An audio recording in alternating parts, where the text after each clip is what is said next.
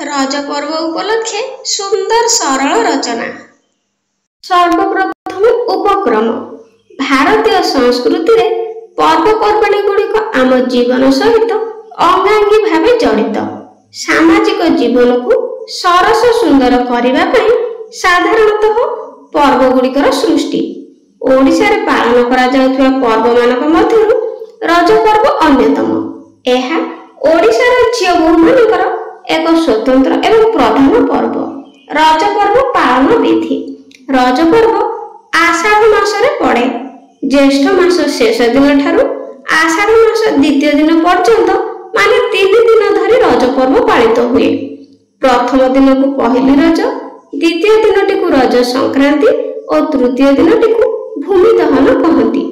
एही पर्वटी झियो मानकर मुख्य पर्व हेले हे आबाल वृद्ध वनिता एहाकु श्रद्धा सहकारे पालन करिथांती। एही 3 दिन लोक माने आमोद प्रमोद और खेल कौतुकरे समय बितांती।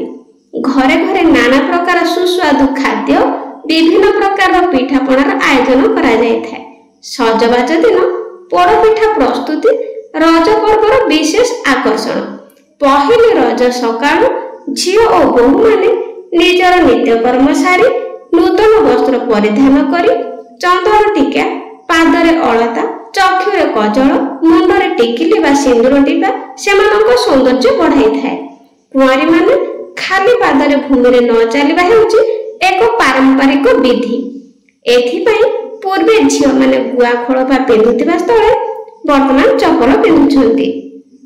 रज रे दोली खेल झियो मानकर विशेष आकर्षण। झियो माने दोली खेलिबाकू सते जेपरि रज पर्व को अपेक्षा करिथांती। प्रति गाँ गछ मानकरे रज दोली लागि थाए। झियो बोहू माने मन आनंद रे गाँ गाँ बुली दोली खेलंती। सेमानक कंठरु भासी आसे रज दोली कट मट। मो भाई मुंडरे सोना मुकुट। सोना मुकुटर देशु थाए झट झट। विभिन्न पिठापना, क्रीड़ा कौतुक, मिष्टान भोजन भक्षण और पान खाई आनंद उल्लास रे झियो माने समय अतिबाहित करिथांती। सेही समय रे घरर स्त्री लोक माने किछि काम धंदा न करी क्रीड़ा कौतुक रे 3 दिन समय बिताई थांती। पुओ माने पिठापना खाई आनंद सहकारे ताश, पसा, बागुड़ी खेली समय अतिबाहित करिथांती। तृतीय दिन बा भूमिदाह दिवसटी बसुमतीଙ୍କର विश्रामर दिन अटे। एही दिन माटी को आघात लागिला बळे कौनसी कार्य करा जाय नाही। चतुर्थ दिवसटी ठाकुराणी को स्नान दिवस रूपे पालन करा जाय। लोक माने घरे ठाकुराणी को स्नान कराए नैवेद्य अर्पण करती। घर अगणा रे हळ, लंगळ, शिळपुआ इत्यादि को हळदी रे स्नान कराए पूजा अर्चना करा जाय। एहिठारे रज पर्वर परिसमाप्ति घटी थाए। रज सहित कृषिर संपर्क। पृथ्वी मां को एही उत्सव रे पूजा करा जाय। प्रचंड रौद्रता पर व्यथित पृथ्वी आषाढ़र प्रथम वर्षा को स्वागत करि थाए। वर्षार प्रथम बारिधारा रे धरती शस्य उत्पादन करिबा पई शक्ति लाभ करि थाए।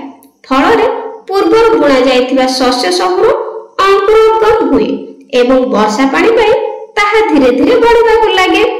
एही समय रे बसुमती यौवन अवस्था प्राप्त होइथिबा जड़े स्त्री सहित तुलना करा जाय। फल रे पृथ्वी हुए शस्य श्यामला। रज परे परे चाषी को आउ बेल न थाए। सकाळ संज जाय से केवल चाष काम रे ही लागि थाए। ताहा पूर्वरु एही पर्व पालन द्वारा मन को आनंद और उत्साह मिली थाए। उपसंहार बा शेष कथा। रज पर्व कृषि भित्तिक पर्व हेले ही समस्ते आनंद उत्सव रे माति थांती। विशेष करी नारी और झियो मानकर एहा हेउचे आनंदर पर्व। एही पर्व पालन पछरे जेतिकी धर्म भावना नाही ताठारु अधिक रहिছে जीवन दर्शन, विज्ञान सम्मत कारण तथा ओडिशार सामाजिक तथा अर्थनैतिक जीवन धारार निच्छक प्रतिफलन। एही पर्व ओडिशा रे सामूहिक भावे पालन करा जाउथिबारु एहाकु ओडिशार जातीय पर्व कहिले भूल हेबा नाही।